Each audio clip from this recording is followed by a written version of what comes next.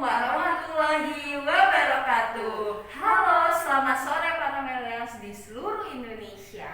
Bertemu lagi dengan saya Manda. Saya hari ini ditemani oleh partner baru nih.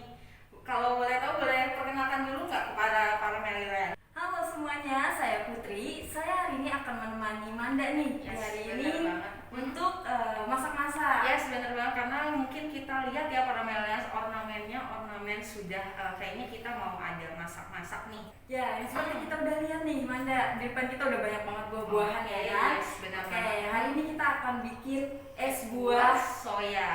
Nah, es buah soya ala Mele ini mungkin Bapak dan Ibu juga di rumah sudah mempersiapkan takjil ya di sore hari ini ya. Yang dimana pastinya di bulan Ramadan identik dengan es buah.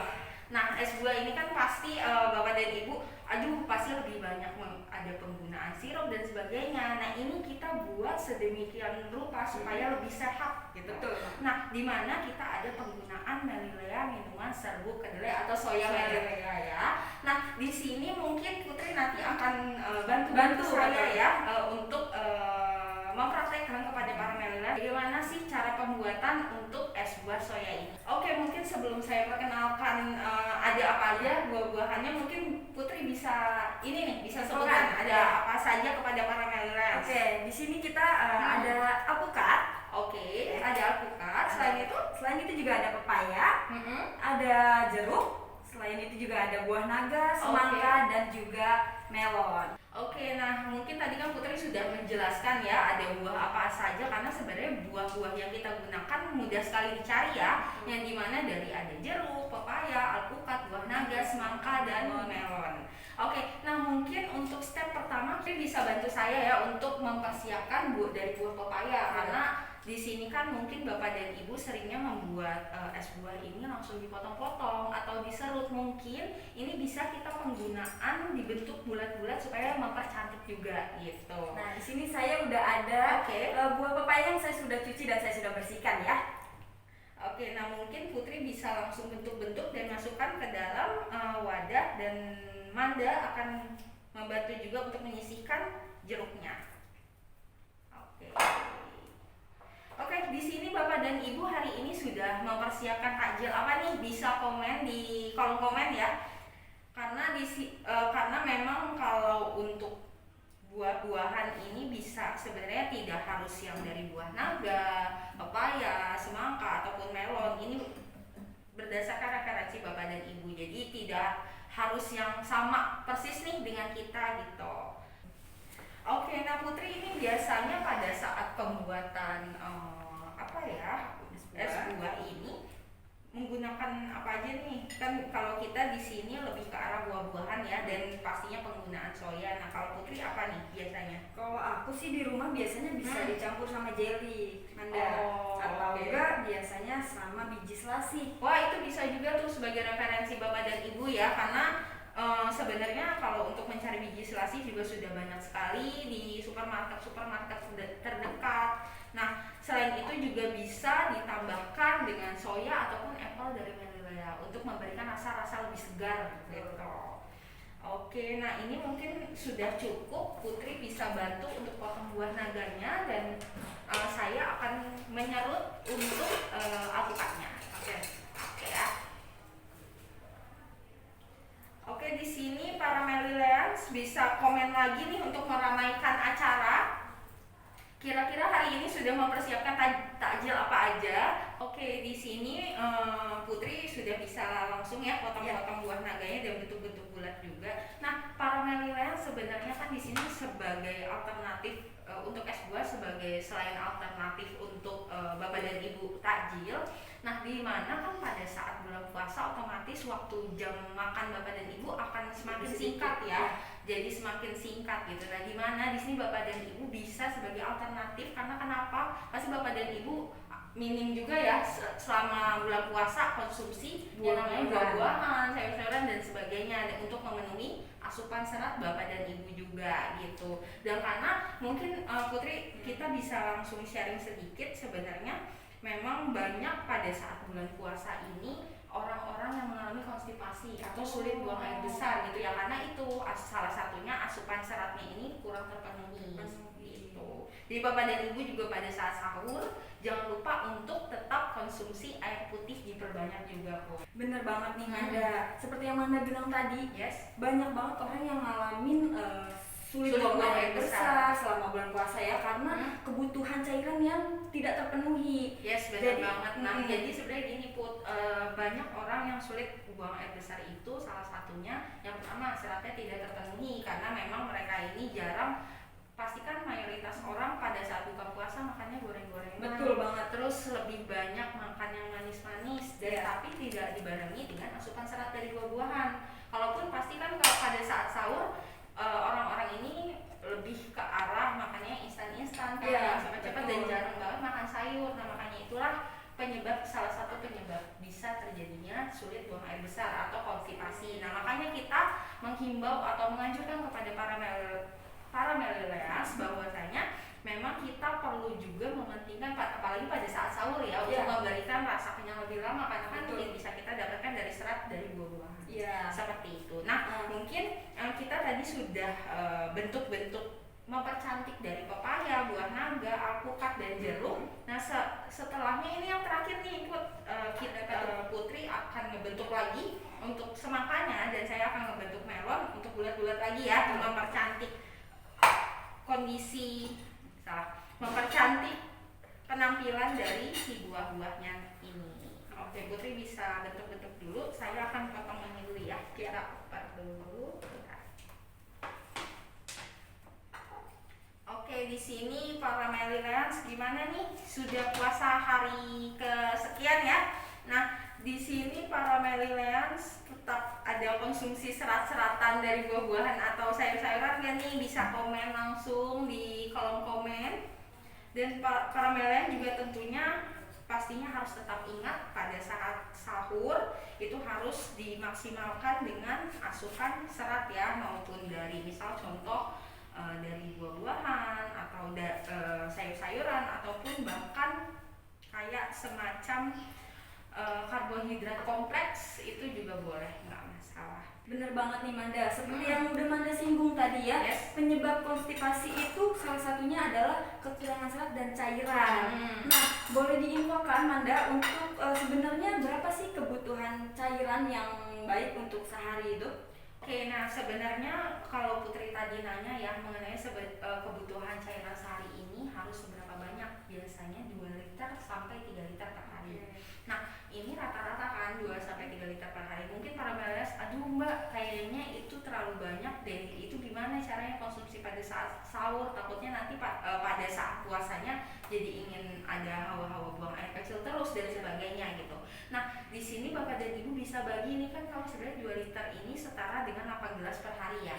Nah, mungkin bisa misal contoh pada saat bangun tidur, sahur bisa konsumsi 1 gelas. Terus sebelum makan 1 gelas, setelah makan 1 gelas, terus nanti pada saat buka puasa 1 gelas dulu, nanti sebelum makan 1 gelas, nanti setelah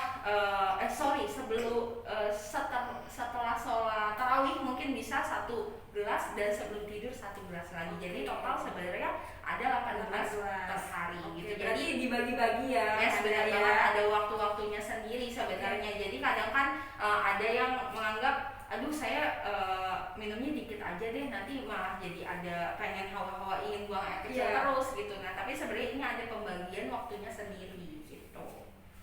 Oke, mungkin Putri semangkanya udah cukup ya. Aku mau ngebentuk untuk melonnya dulu supaya kita bisa langsung buat es buahnya gitu. Oke, Putri biasanya nih ya, kan kita lagi buat untuk es buah nih salah satu takjil. Putri biasanya di rumah suka bikin takjil apa nih? Kalau aku biasanya lebih sering ya tadi seperti yang udah disampaikan sih, biasanya lebih ke kolak ataupun es buah sih wajib biasanya ya, karena bener banget yang dibilang Manda tadi, karena kita pasti lebih jarang ya makan buah kan. Kalau dalam bentuk pepaya seperti ini aja sepertinya kurang menarik ya kan. Jadi biasanya kita olah dengan membuat es buah. Oh gitu. Jadi Putri sebenarnya juga es buah merupakan salah satu menu wajib ya pada saat bulan Ramadan ya. Oke, kalau Manda sebenarnya pada saat bulan puasa ini lebih sering kolak-kolakan tentu pasti. Dan menu favorit Manda biasanya kolak biji salak. Wow. Putri tahu nggak biji salak? Kolak biji salak itu Iya. biasanya kolak biji salak itu kan dia terbuat dari ubi ya. Dan biasanya Manda tambahkan juga bubur sumsum. Oh gitu. Oke Put, kayaknya aku udah mulai finishing ya untuk ngebentuk-bentuk buahnya. Kira-kira sekarang kita ada apa lagi nih? Kita sekarang tinggal langsung aja untuk persiapan platingnya ya. Oke. Nah mungkin es batunya bisa Putri taruh dulu di tempatnya dan nanti Manda akan buat untuk cairannya atau untuk kuahnya ya, untuk kuah es buahnya. Oke. Nah di sini Bapak dan Ibu bisa masukkan mungkin bisa air dingin atau air biasa juga nggak masalah. Yang dimana untuk kuah sop buahnya Bapak dan Ibu bisa masukkan 300 ml. Bapak dan Ibu boleh air biasa atau air dingin, nggak apa-apa. Terus kita masukkan soyanya, soya sebanyak 2-3 scoop besar. Oke, kita masukkan 2-3 scoop. Saya menggunakannya 2,5 ya. Manda sekalian menunggu untuk airnya, saya buat masukin. Boleh. Emang nggak enak ngomongnya aku. Ya udah, aku yang nyuruh aja. Iya. Oke. Nah terus, Putri sambil nunggu kuahnya ini Putri bisa masukkan buah-buahannya ke gelas sajinya. Mungkin bisa dicampur ya, jadi ada melonnya, ada alpukatnya, ada buah naganya. Nah setelah kita shake untuk soyanya, kita tambahkan apple. Nah untuk apple-nya sendiri sebenarnya Bapak dan Ibu bisa menggunakan 3-4 scoop kecil ya. Atau misalnya Mbak saya lebih senang yang segar-segar, boleh ditambahkan lagi, ini sesuai selera sebenarnya. Oke, kita masukkan, saya menggunakan 3 scoop kecil.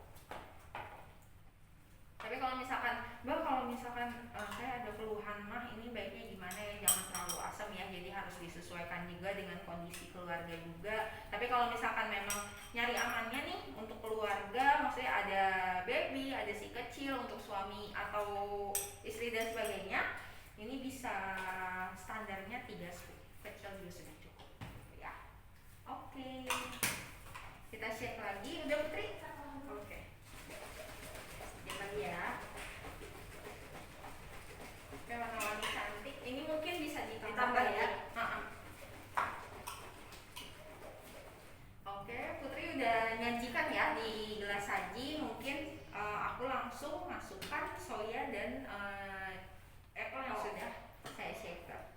Oke, kita masukkan sedikit dulu.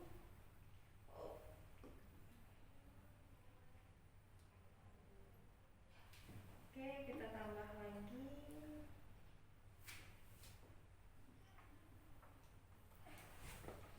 Aduh, kayaknya enak nih ya. Udah mulai ngiler-ngiler lagi. Udah mulai ngiler gak sih Putri untuk menyantap es buah yang oke ya. Dari warnanya aja udah sangat menggoda ya.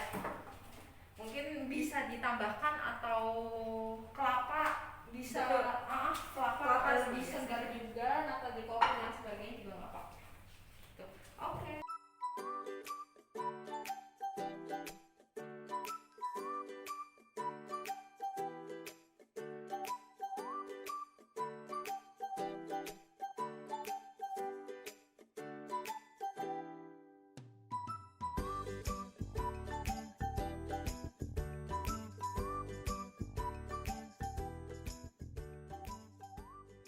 Oke, di sini Bapak dan Ibu sebenarnya simpel banget ya untuk penyajiannya. Sebenarnya dari buah-buahan, Bapak dan Ibu ada stok buah-buahan yang memang misalnya contoh di kulkas ada apel atau semacam ada pir atau semangka, dan mungkin sebagai contoh yang tadi kita sudah sebutkan, ini Bapak dan Ibu bisa bentuk sebenarnya bentuk-bentukannya ini selera ya, untuk mempercantik juga. Kalau misal Bapak dan Ibu seneng konten-konten update di media sosial, boleh misalnya dibentuk-bentuk atau dibentuk bintang dan sebagainya, itu nggak masalah. Nah di sini sebenarnya penyajiannya hanya saja ditambahkan dengan soya dan apple. Yes, benar banget. ya untuk platingnya, dan Bapak dan Ibu bisa sebagai salah satu inspirasi untuk takjil di menu Ramadan bulan ini ya. Oke, nah di sini sebenarnya untuk es buah ini sudah dapat seger-segernya nih. Nah sekarang kita akan menyegarkan rohani yang dimana akan dibawakan langsung ya. Abis ini ada apa nih? Ada Ustadz dan Ustazah yang akan membahas mengenai atau seputar bulan puasa atau Oke, Ramadan. jadi akan ada kuliah 7 menit ya atau kultum ini dari Ustazah yang memang nanti akan memberikan informasi kesehatan, informasi keagamaan mengenai bulan Ramadan dan sebagainya ya. Oke, saya Manda Dan saya Putri. kami pamit undur diri. Assalamualaikum warahmatullahi wabarakatuh. Bye bye.